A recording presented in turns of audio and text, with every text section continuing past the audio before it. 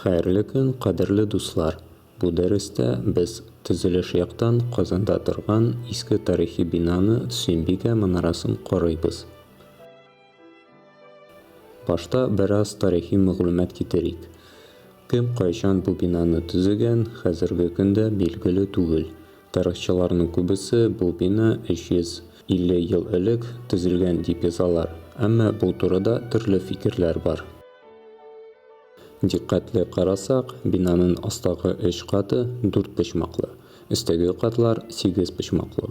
Шуңа кайбер тарихчылар астагы катларны Казан вилает вакытыннан калган диләр, ә өстәге катлар соңрак төзелгән дип әйтәләр. Сөембикә исемле соңгы ханбикә белән дә буталулар бик күп. Чынлыкта ул беркайдан сикермәгән, руслар аны Мәскәү дәүләтенә алып китерделәр. Халыкта йөргән риваятлар бигрәк тә Болгар шәһәре җимерелү турында сөйләгән иске риваятларга якын. Иске халык дастаннар буенча 600 ел элек Аксак Тимер исемле Самарканд әмире Болгар шәһәрен җимергәндә берничә хатын-кыз биек манарадан сикергәннәр.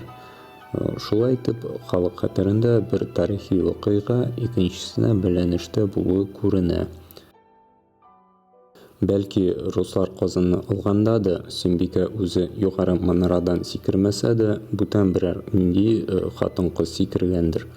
Вакыт уза бара, халык хәтерендә төрле фаҗигале вакыйгалар Сөембикә сурәтендә берләштерелгән.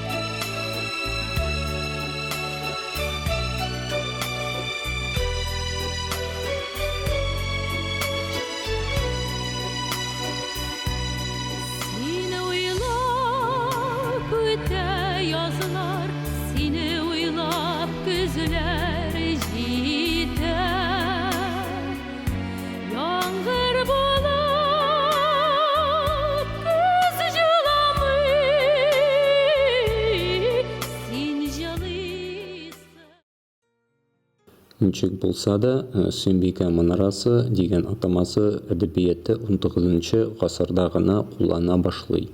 Шуңа кадәр бу бинаны Хан мәчете дип атаганнар, чөнки бу урынга якын хан сарай торган, һәм аның янында кечкенә генә бер мәчет булган. Бәлки, шул мәчетнең манарасы нигезендә хәзерге Сөембикә манарасы төзелгәндер. Шуның белән тарихи бүлеген бетерәбез дә хәзерге заманга күчәбез. Казанга төрле илләрдән бик күп сәяхәтчеләр килә. Бигрәк тә Сөембикә манарасын караучылар бик күп, чөнки ул туп-туры тормый, бераз читкә ауган. Бинаның шул авып китүен без бүгенге программалар кулланып, санап карыйбыз да нинди эчке көчләр булганын эзләнербез. Манараның биеклеге 58 метр. Өстәге нокта 2 метрга якын читкә ауган. Гомуми биеклеген белеп, башка аралыкларын да рәсемнәрдән үлчәп була. Бинаның эчке көчләр санары өчен Autodesk Robot дигән программаны кулланырбыз. Модель төзү еш кына озакка сузыла. Кайчакта төрле хаталар килеп чыга, шуңа әзер моделен ачабыз да аның белән эшлибез. Астагы 3 кат калын итеп ясалган. Шуңа аларны 3 буйлы кисәкләрдән җыябыз. Өстәге катларны нечкә дуварлардан ясыйбыз. Бинаның моделе хатасы санарлык булыр өчен аны бераз гадиләштерәбез. Шуңа эчке баскычны һәм тәрәзәләрне ясамыйбыз.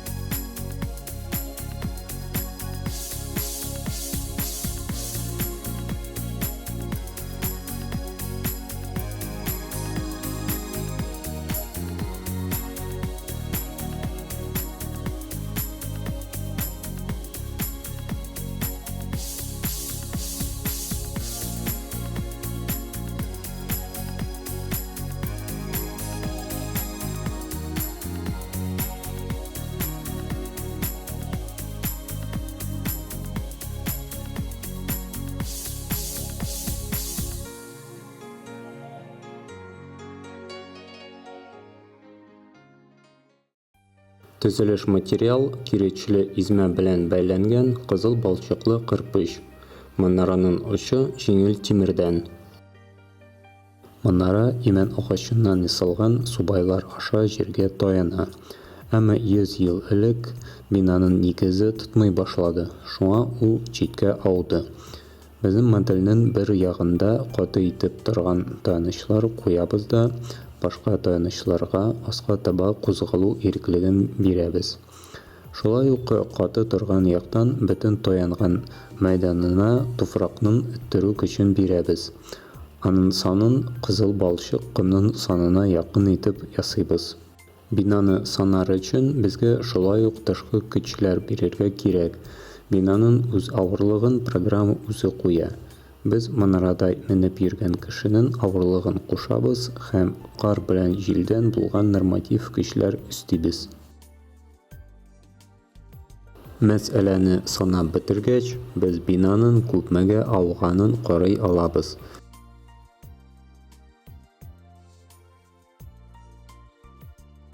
Шулай ук иң югары ноктаны сайлап, аның читкә китүен тикшерәбез.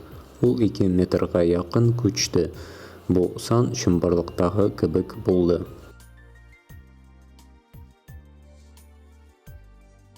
Өстәге катлар нечкә дуварлардан ясалган. Алар арматура эзләнүе белән аерым сынала. Безгә бу санау кирәкми. Шуңа астагы катларны гына карыйбыз. Бинаның ауган ягы аска таба 60 см киткән. 3нче кат 80 см читкә кузгалган. Артка таба кузгалу юк дисәк тә була. Күчәйтү рәсемен карасак, тышкы яктан каты торган танышлар янында сары-кызыл төсле тарту көчләр булуы күренә. Эчке яктан зәңгәр төсле кысылуын күрәбез.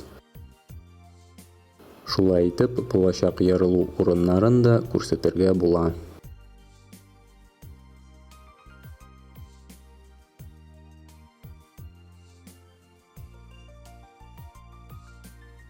Әмма курку өчен сәбәп юк. 20нче гасыр азагында төзүчеләр манараны ныгытканнар.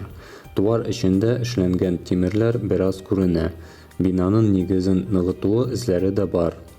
Тимердән ясалган киң каеш бераз манара сүрәтен боза.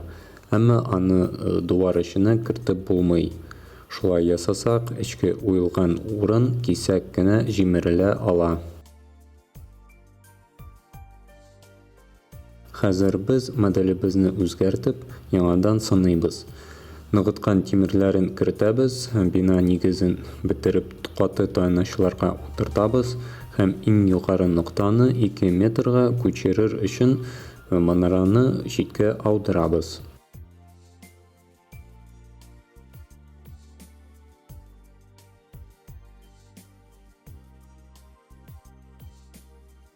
Бу юлы астагы кат кузгалмыйча тора һәм ичке көчләр бинаның почмакларында җыелмый.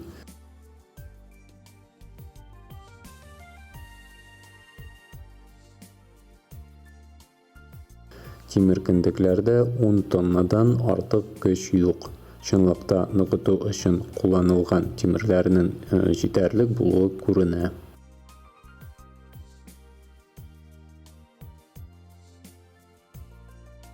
Шулай итеп, безнең модель гади генә булса да, гомуми көч рәсемен карарга мөмкинчелек бирә.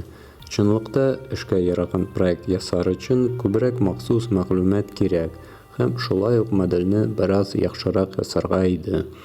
Әмма манараны ничек санасак та, модель гади яки тулы җитди булса да, санау нәтиҗәсе бер-берсенә охшаш булыр. Шуның белән дәресебезне тәмамлыйбыз һәм манараны эчке яктан бераз карап алабыз. Игътибар өчен рәхмәт. Турсан да син казан, сөембикә манараңда, әйтелер бер көн азан.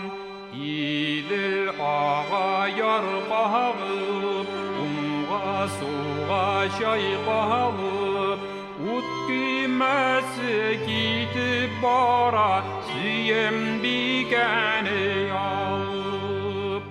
Сөембикә ак яулыгын тоткан учлап кулына, хуш казаным кауласын дип үкереп елый буена. Ия башын түгә яшен, казанга таба карап, миннән башка ничек итеп көн итәрсез дип